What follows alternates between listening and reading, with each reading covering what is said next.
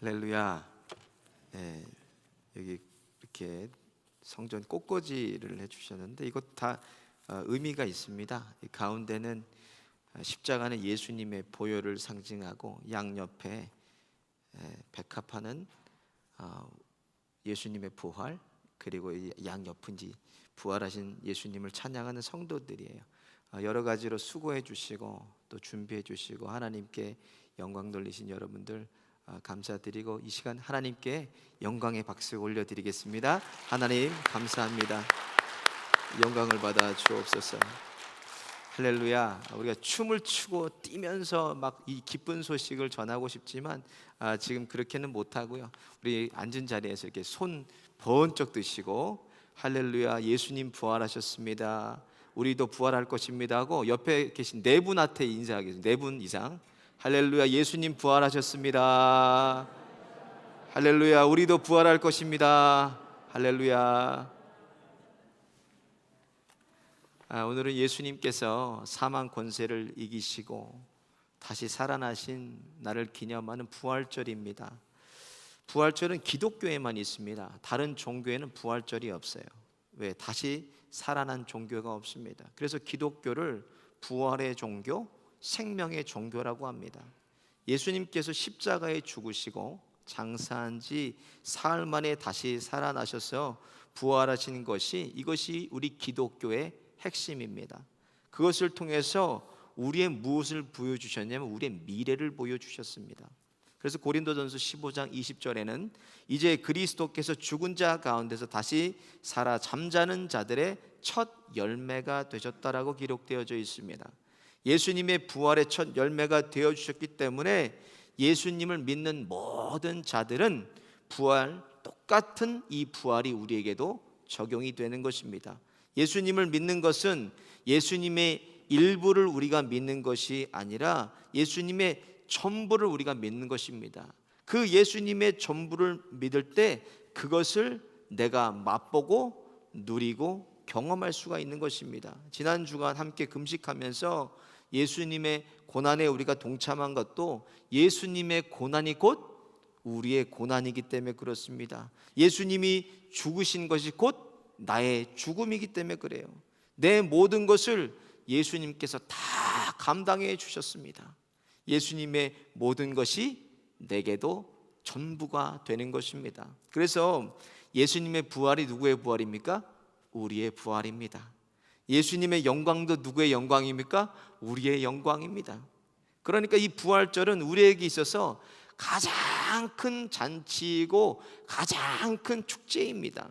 아니, 부활절을 경건하고 조용하게 보내야지 애들이 나와가지고 율동하고 뭐 하는 거야, 뭐 난타가 웬 말이냐, 뭐 그러시죠.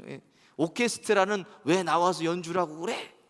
여러분, 큰 잔치와 축제에 가보십시오. 자, 뭐 조용히 엄숙하고 경건하게 아버님의 팔순잔치에 임해 주십시오, 이런 잔치가 어디 있어요? 이런 잔치 없습니다. 그런 거 찾으려면 장례식에 가시면 돼요. 장례식에. 우리에게 죽음의 권세를 다 이기시고 사망 권세 이기시고 예수님께서 부활하신 우리에게 가장 큰 잔치이고 가장 큰 축제입니다.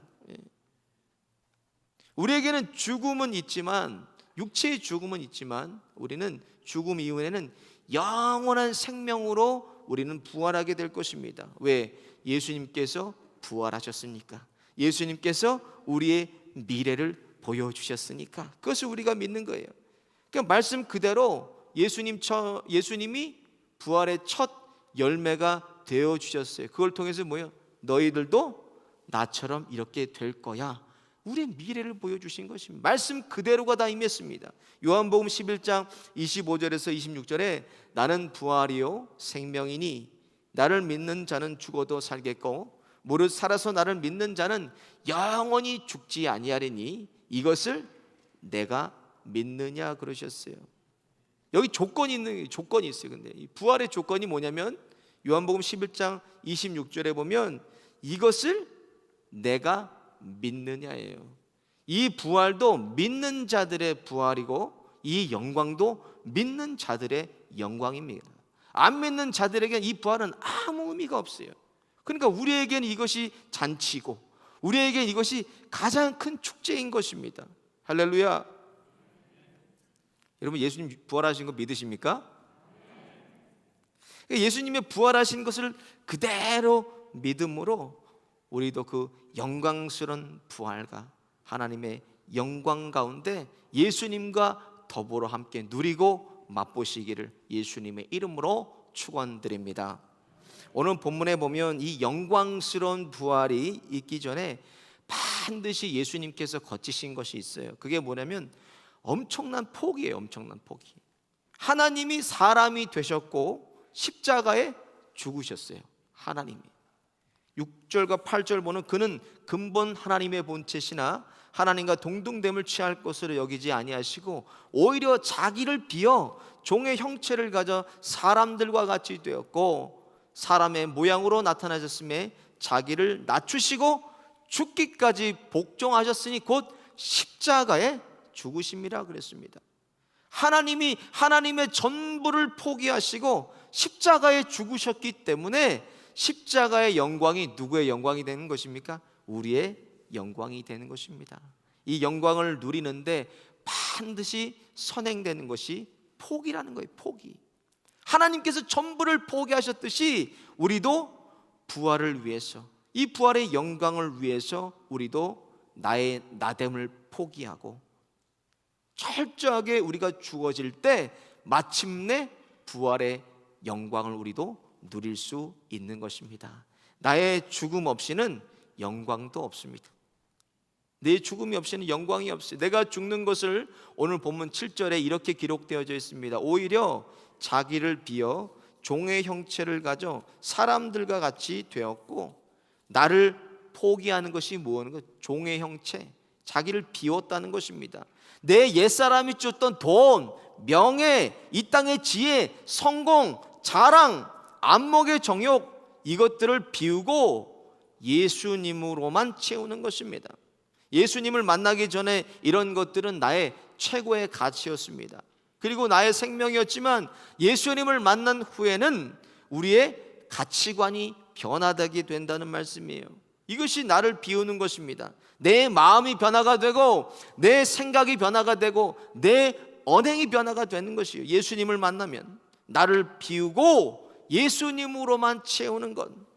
그래서 예수님께서 그곳에 채워주시면 무엇이 되는 거예요? 예수님께서 그곳에 주인이 되시는 거예요.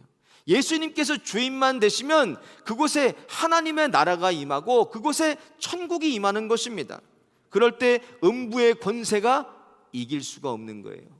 그래서 마태복음 16장에 보면 예수님께서 물어보세요. 너희들은 나를 누구라고 하느냐? 그때 시몬 베드로가 이렇게 대답합니다.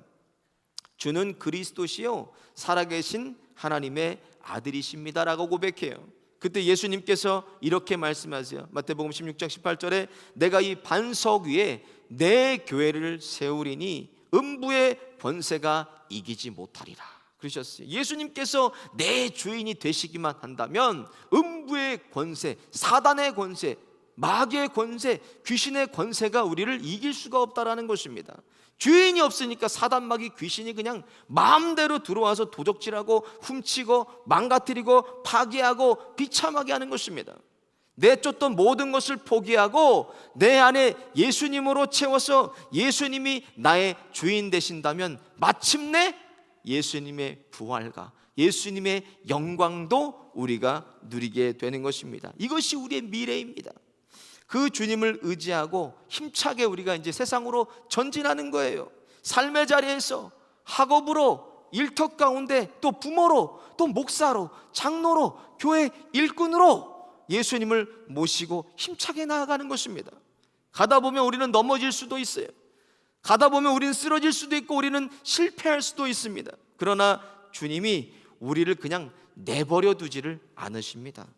주님의 자녀들을 그냥 내버려 두지 않아요. 우리를 다시 세워주시고 우리를 다시 밀어주시고 고쳐주시고 우리를 새롭게 해주십니다. 넘어지고 쓰러질 수는 있지만 우리에게는 실패가 없습니다. 왜? 하나님은 실패하지 않으시기 때문입니다.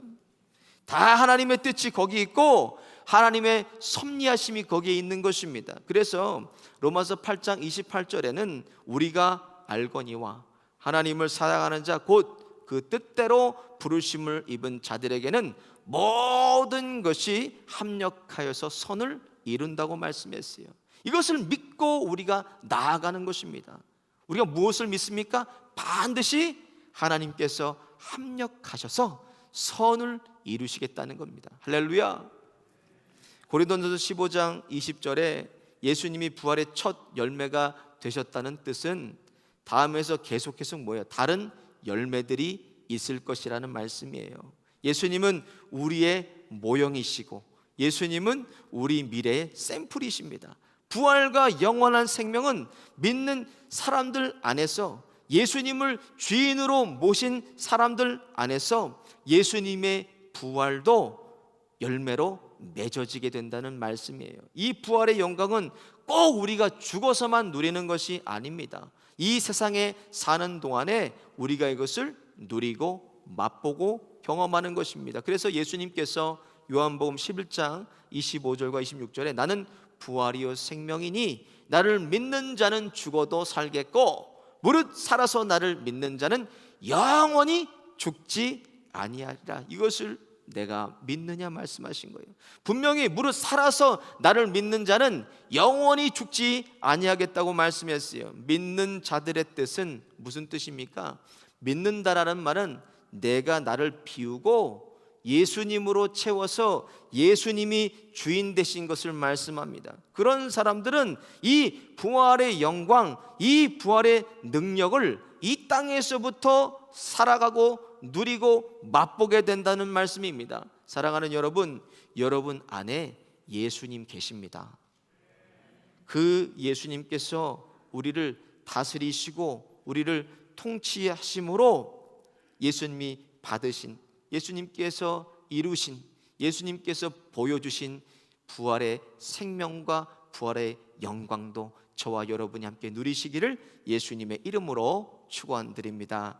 본문 8절에 사람의 모양으로 나타나셨음에 자기를 낮추고 죽기까지 복종하셨으니 곧 십자가에 죽으심이라 이렇게 기록되어 있어요. 예수님은 하나님의 뜻이 예수님 안에 드러나실 수 있도록 자신을 비우셨는데 죽기까지 하나님의 뜻에 복종하셨습니다. 우리도 우리 자신을 비우고 예수님으로 주인 되게 하시는데 따르는데 무엇이 따르나 거기에는 반드시 고난이라는 게 따릅니다. 이 고난을 통과해야 하나님의 영광에 우리가 참여할 수가 있는 것입니다. 로마서 8장 17절에 자녀이면 또한 후사 곧 하나님의 후사요 그리스도와 함께한 후사니 우리가 그와 함께 영광을 받기 위하여 고난도 함께 받아야 될 것이니라 그랬어요. 하나님의 자녀라면 마땅히 뭐 받는다는 거예요? 하나님의 자녀라면 마땅히 고난도 받는다는 거예요.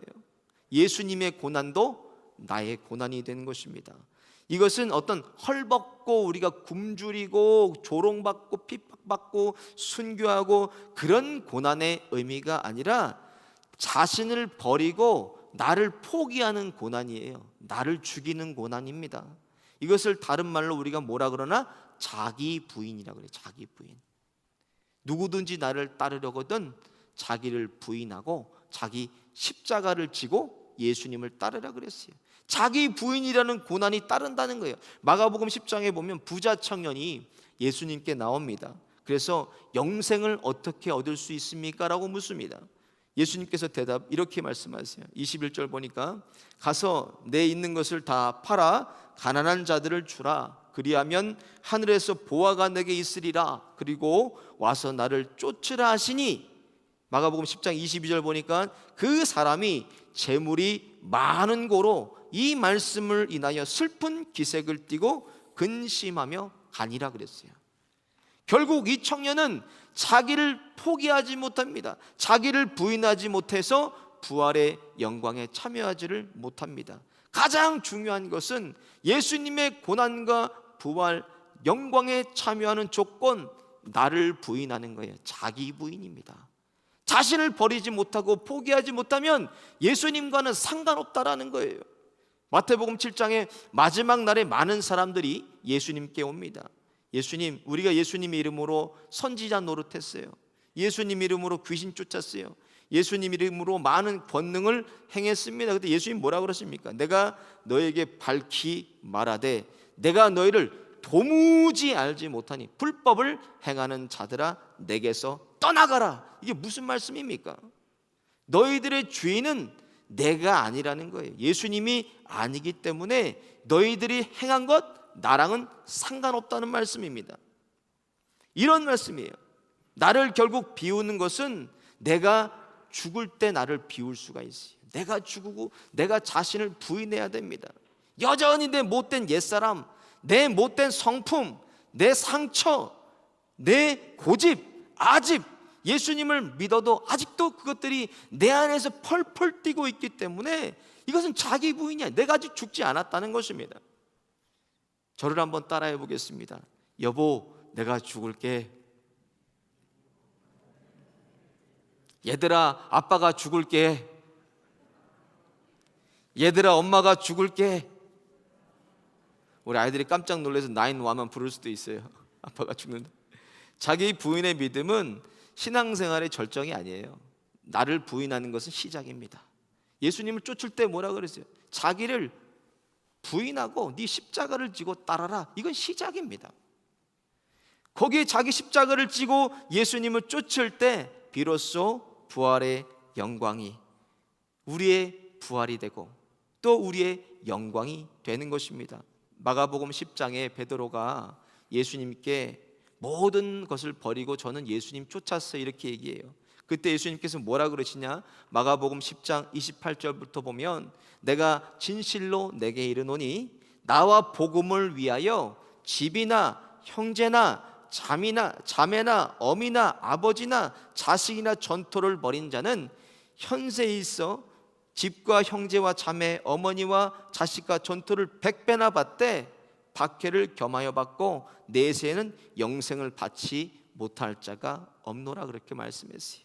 내가 죽는 것, 내가 자신을 부인한 것과 함께 주님을 주인으로 모시고 살면 이 땅에서부터 100배나 잘 되고 내세에도 부활과 영광을 누린다는 말씀입니다.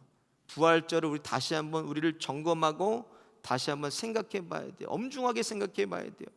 내 가정과 또 일터와 산업의 현장과 우리 실로암 교회의 주인이 누구신가?